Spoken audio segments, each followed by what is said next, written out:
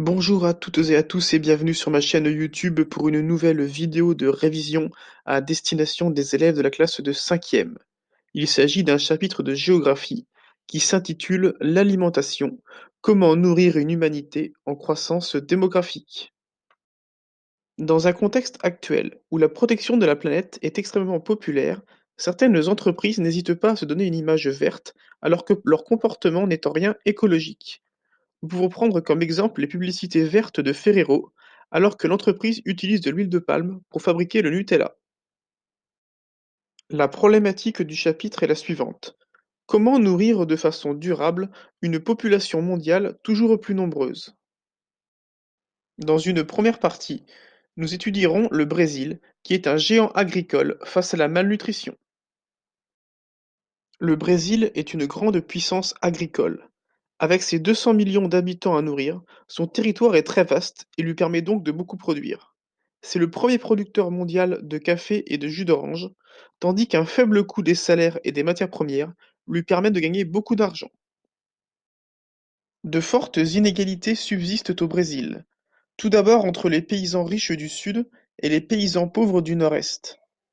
D'un côté, les personnes obèses augmentent fortement dans ce pays, de l'autre, 5 millions de personnes souffrent encore de sous-nutrition. Les inquiétudes écologiques sont de plus en plus nombreuses au Brésil. Tout d'abord en raison de la déforestation de la forêt amazonienne qui permet de récupérer des terres cultivables. Les incendies de forêt sont également très nombreux, tout comme l'utilisation massive et intensive de pesticides et d'OGM qui provoquent des inquiétudes sur la santé.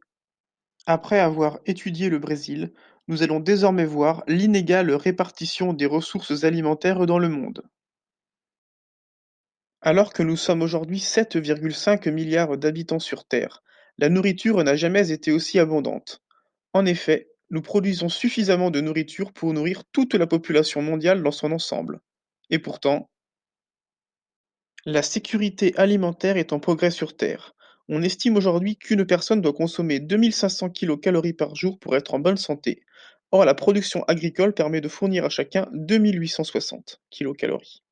Pourtant, 800 millions de personnes souffrent encore de malnutrition en raison de nombreuses inégalités.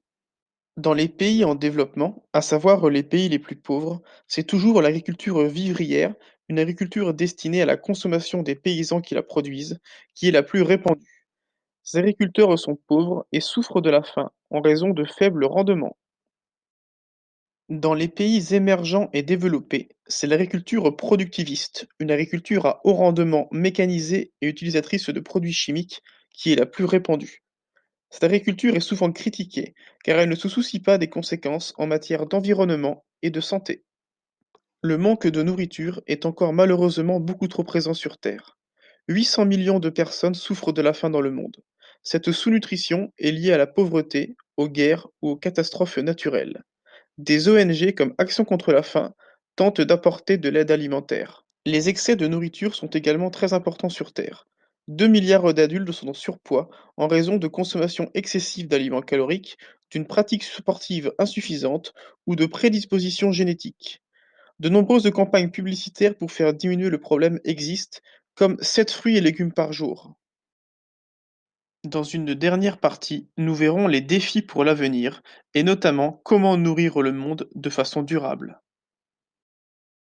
Les limites de l'agriculture et de la pêche intensive sont nombreuses. Elles peuvent entraîner des risques sur la santé ou encore la disparition de certaines espèces.